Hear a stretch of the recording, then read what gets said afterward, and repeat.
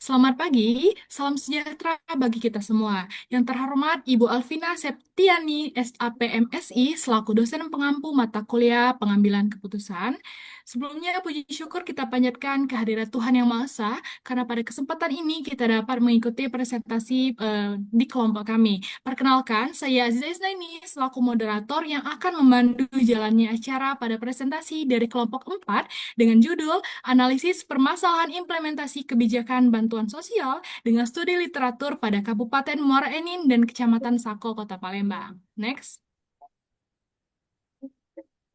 Sebelum itu, perkenalkan kami dari kelompok 4 dengan anggota ada Alia Maharani, ada Anzal Yusra, ada Aziza Isnaini, Desi Kurniawati, Dwi Anggraini, Josephine Sophia, dan Serly Nadia.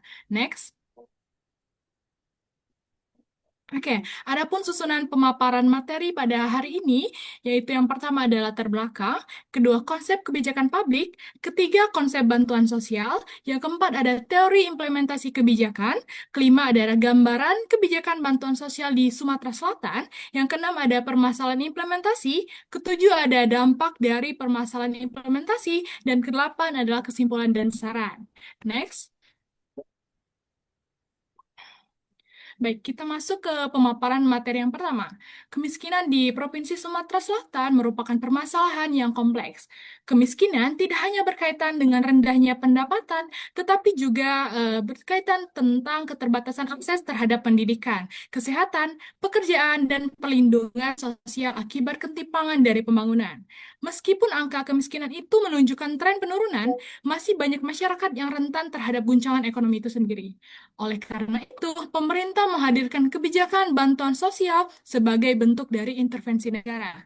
Namun, dalam implementasinya, bantuan sosial masih menghadapi berbagai kendala seperti ketidaktepatan sasaran, data yang tidak akurat, lemahnya pengawasan, kurangnya koordinasi antar pelaksana. Nah, hal ini yang melatar belakangi analisis kami dari kelompok 4 terhadap implementasi kebijakan bantuan sosial di Kabupaten Muara Enim dan Kecamatan Sako, Kota Palembang. Selanjutnya, untuk memahami kerangka konseptualnya, saya persilakan kepada Saudari Sally untuk memaparkan konsep kebijakan publik. Next.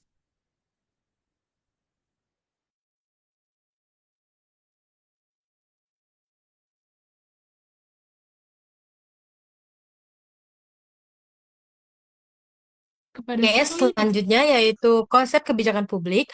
Eh, Menurut Dr. Halil Koiri MSI menjelaskan bahwa kebijakan publik adalah keputusan lembaga atau pejabat pemerintah untuk mengatur kehidupan masyarakat, baik melalui tindakan maupun keputusan untuk tidak bertindak demi ketertiban, keadilan, dan kesejahteraan. Nah, penjelasan ini menunjukkan bahwa kebijakan publik tidak hanya berbentuk peraturan tertulis, tapi berbentuk mencakup tindakan nyata pemerintah dalam menyelesaikan masalah publik. Bahkan keputusan untuk bertindak tetap termasuk kebijakan. Nah, dalam konteks penelitian kami, bantuan sosial merupakan bentuk kebijakan aktif untuk mengatasi kemiskinan. Konsep ini juga berkaitan dengan peran pemerintah dalam sistem sosial ekonomi dalam perspektif kapitalisme. Menurut Duverger 2005, pemerintah berfungsi sebagai penjaga malam yang menjaga ketertiban dan konflik, sementara penyediaan barang dan jasa diserahkan pada mekanisme pasar. Kebijakan publik juga mencakup penetapan atau pencabutan status, peranan, kewenangan, dan hak kewajiban, serta pengaturan dan pengawasan agar tidak terjadi konflik.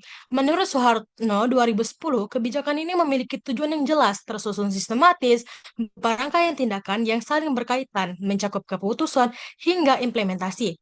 Nah, berfokus pada tindakan nyata pemerintah dan dapat berbentuk tindakan positif maupun negatif. Mungkin itu saja saya kembalikan ke moderator. baik, terima kasih kepada Saudari Sally atas pemaparannya tadi mengenai konsep kebijakan publik ya, yang menekankan bahwa kebijakan itu merupakan keputusan pemerintah yang memiliki tujuan jelas dan diwujudkan melalui tindakan nyata ya. Selanjutnya, materi akan disampaikan oleh Saudari Anzali. Kepada Anzali, disilahkan.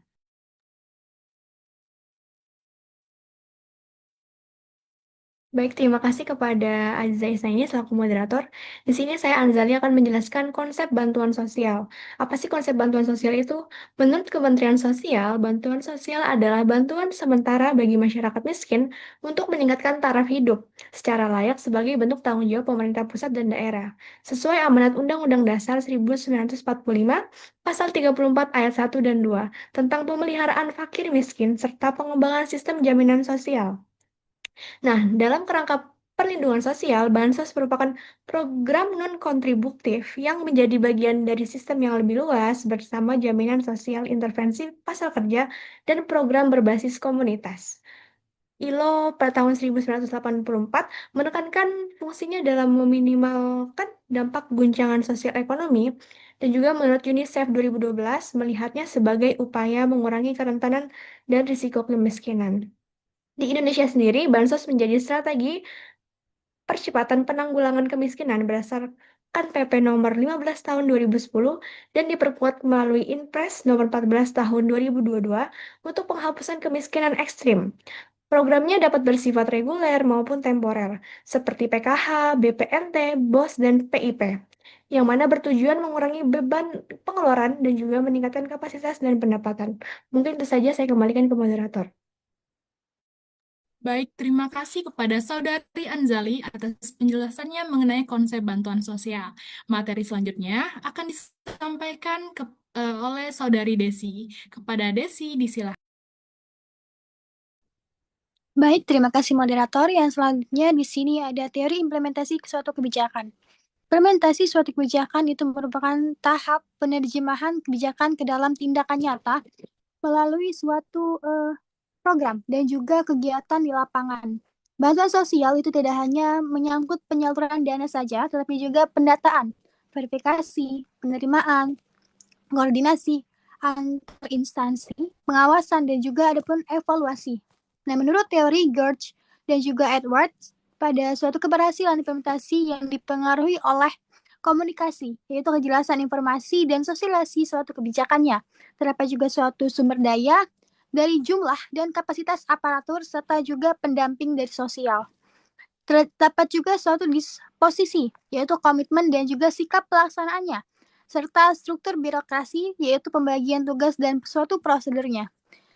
Pada suatu Grindel menekankan bahwa pengaruh isi suatu kebijakan dan konteks implementasi itu termasuk kondisi sosial ekonomi dan juga kepentingan politik lokal serta kapasitas kelembagaan pada suatu daerah. Nah, Mas Manian dan Sabatir itu menyoroti suatu kompleksitas masalah kemiskinan yang dimana menuntut regulasi yang jelas, koordinasi lintas sektor, dan juga pengawasan berkelanjutan. Sekian saya kembalikan kepada moderator. Baik, terima kasih kepada Saudari Desi yang telah menjelaskan beberapa teori implementasi kebijakan menurut para ahli tadi. Nah, dari teori tersebut kita memahami bahwa keberhasilan implementasi itu dipengaruhi oleh komunikasi, sumber daya, disposisi pelaksana, dan struktur birokrasi, serta konteks sosial dan politik daerah ya. Selanjutnya, materi akan disampaikan oleh Saudari Alia. Kepada Alia, dipersilakan. Baik, terima kasih kepada moderator. Di sini saya akan menjelaskan gambaran implementasi kebijakan bantuan sosial. Bisa dilihat pada presentasi ini ya. Kalau misalkan bantuan sosial ini di Sumatera Selatan diarahkan untuk menjaga stabilitas kesejahteraan masyarakat, terutama dalam menghadapi dampak ekonomi pasca pandemi COVID-19. Di Kabupaten Muara Enim, program dilaksanakan melalui bantuan langsung tunai atau BLT yang berlandaskan regulasi daerah dengan mekanisme pendataan yang dilakukan secara berjenjang dari tingkat bawah hingga tingkat kabupaten. Sementara itu, di Kecamatan Sako Kota Palembang, penetapan penerimaan bantuan mengacu pada data terpadu kesejahteraan sosial atau DTKS yang diakses melalui aplikasi 6NG. Proses penyaluran bantuan dilakukan secara bertahap sesuai ketentuan pemerintah dengan besaran yang telah ditetapkan sebelumnya. Dalam pelaksanaannya, pemerintah daerah bekerja sama dengan pihak perbankan untuk memastikan penyaluran lebih tertib dan tepat sasaran, serta tetap berada dalam pengawasan. Secara umum, kebijakan ini mencerminkan komitmen pemerintah daerah dalam memenuhi kebutuhan dasar masyarakat. Namun, masih ditemukan beberapa hambatan seperti keterlambatan pembaruan data, dan kurang optimalnya komunikasi kebijakan di lapangan. Tantangan utama dari kebijakan ini terletak pada akurasi dan validitas data penerima, serta koordinasi antar RT ataupun RW dan kelurahan yang belum sepenuhnya efektif. Sekian saya kembalikan kepada moderator. Oke, terima kasih kepada Alia atas penjelasannya. Seperti kita dengar tadi bahwa secara regulasi kebijakan ini telah berjalan, termasuk penggunaan DTKS tadi dan aplikasi SIKS NG, serta kerjasama dengan berbagai perbankan dalam penyaluran bantuan ya. Namun di dalamnya masih terdapat kendala pada pembaruan data dan koordinasi di tingkat bawah. Baik, selanjutnya materi akan disampaikan oleh Saudari Jose. Kepada Saudari Jose, Oke, terima kasih moderator atas kesempatannya. Di sini aku akan menjelaskan mengenai permasalahan implementasi. Yang pertama ada masalah terkait ketidaktepatan sasaran bantuan sosial. Meskipun kebijakan bantuan sosial di Sumatera Selatan telah memiliki kriteria penerimaan yang jelas, pelaksanaannya di lapangan itu masih menunjukkan banyak ketidaktepatan sasaran. Ditemukannya penerima yang sudah tidak memenuhi syarat, namun tetap menerima bantuan, penerima nonaktif yang masih terdata, serta penerima bantuan secara ganda. Yang kedua adalah kebutuhan evaluasi implementasi kebijakan. Permasalahan ketidaktepatan sasaran juga menunjukkan bahwa implementasi kebijakan bantuan sosial masih memerlukan evaluasi yang mendalam dan serius.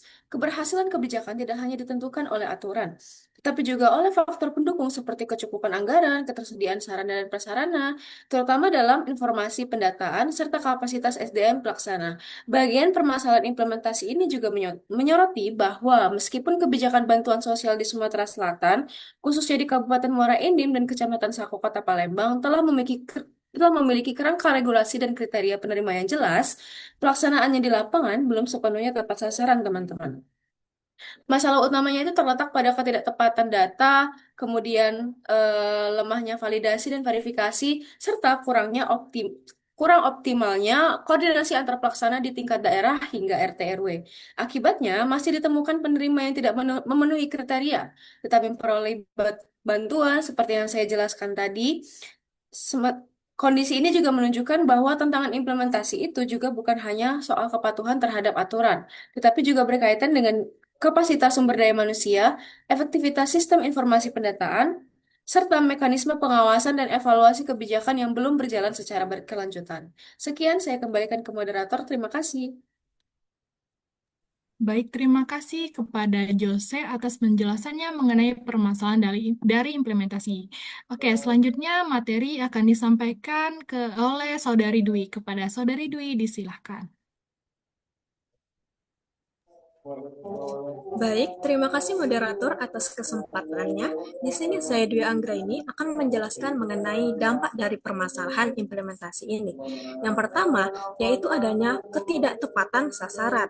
Nah, pada masalah ini, permasalahan implementasi bantuan sosial di Kabupaten Muara Enim,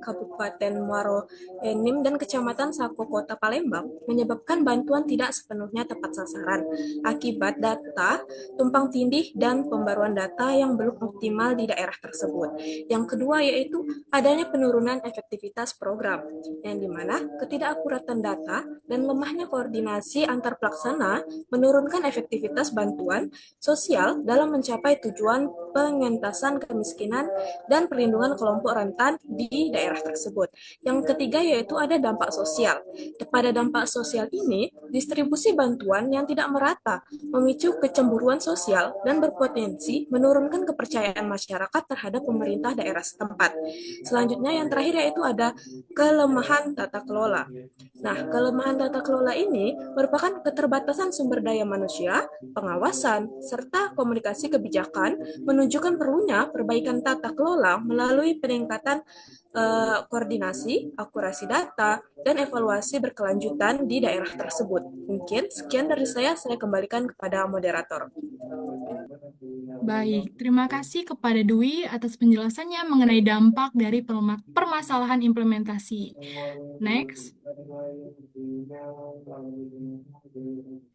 Baik, selanjutnya sebagai penutup, dapat kami simpulkan bahwa implementasi kebijakan bantuan sosial di Kabupaten Muara Enim dan Kecamatan Sako, Kota Palembang, pada dasarnya telah dilaksanakan sesuai dengan ketentuan peraturan perundang-undangan. Namun, dalam pelaksanaannya itu masih belum optimal. Adapun permasalahan utamanya itu meliputi yang pertama ada ketidaktepatan dan pembaruan data penerima, lemahnya koordinasi antar pelaksana, keterbatasan pengawasan, serta kapasitas sumber daya manusia yang belum memadai. Akibatnya, efektivitas kebijakan dalam menjangkau masyarakat rentan belum sepenuhnya tercapai. Next. Adapun saran yang dapat kami berikan, yang pertama itu memperkuat sistem pendataan dan pembaruan data secara berkala dan terintegrasi. Yang kedua yaitu meningkatkan koordinasi antara pelaksana di tingkat daerah ataupun di tingkat kelurahan. Yang ketiga, meningkatkan kapasitas aparatur melalui berbagai pelatihan. Yang keempat yaitu memperluas sosialisasi kepada masyarakat luas. Next. Oke, ini daftar pustaka yang menunjang materi yang kami sampaikan. Next.